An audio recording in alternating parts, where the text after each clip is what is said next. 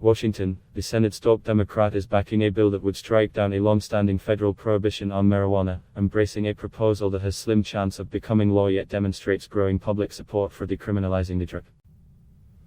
Proposals to legalize marijuana are nothing new.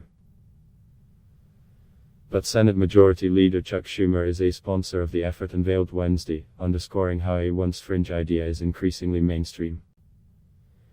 The measure would erode a central pillar of the decades-long war on drugs, which has disproportionately affected communities of color in the United States.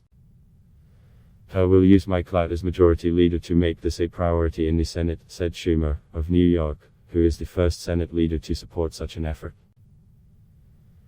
"It's not just an idea whose time has come, it's long overdue.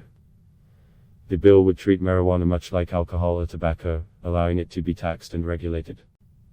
States could still outlaw its use. And those under the age of 21 couldn't purchase it.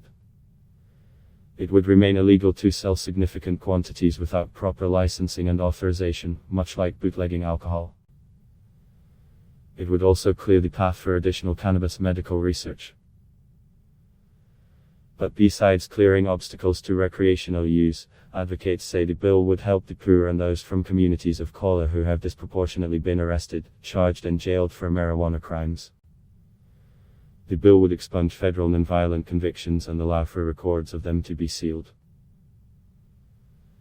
Those currently serving nonviolent marijuana-related sentences could also seek a review hearing and receive an expungement. We have our precious resources being used to lock up Black and brown people for doing things that presidents, congresspeople and senators have done, said Sen. Cory Booker of New Jersey, who is also a co-sponsor of the bill, along with Oregon Sen. Ron Wyden.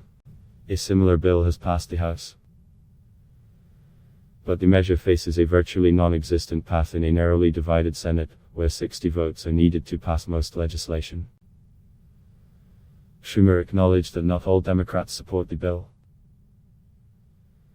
That includes President Joe Biden, who has said he supports decriminalizing marijuana but believes the federal prohibition should remain. "I've spoken in the past about the president's views on marijuana. Nothing has changed and there's no new endorsements of legislation today," White House Press Secretary Jen Psaki said Wednesday. Republicans and influential law enforcement groups are certain to oppose it, as well.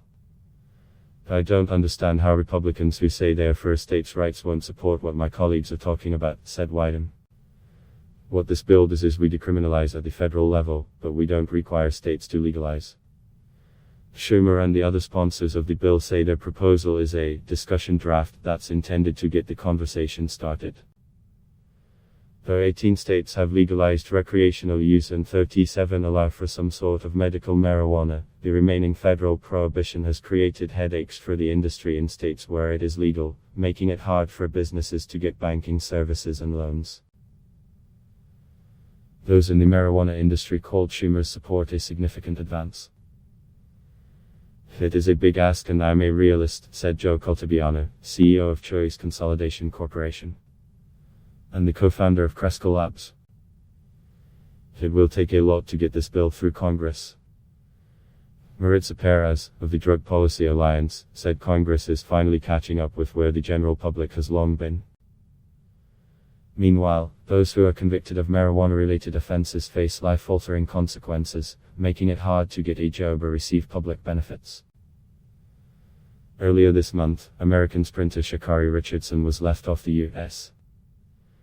King's Olympic roster following a positive test for marijuana, costing her a chance at running on the relay team in Tokyo, in addition to her spot in the 100-meter individual race. Today is a historic day in the sense that we have the Senate Majority Leader introducing a bill to regulate and legalize marijuana. "That's huge," said Perez, who is a director in the Office of National Affairs for the organization. "For the public, marijuana has become culturally acceptable. But people forget that more than 500,000 people are arrested for marijuana possession each year. Adblock test why?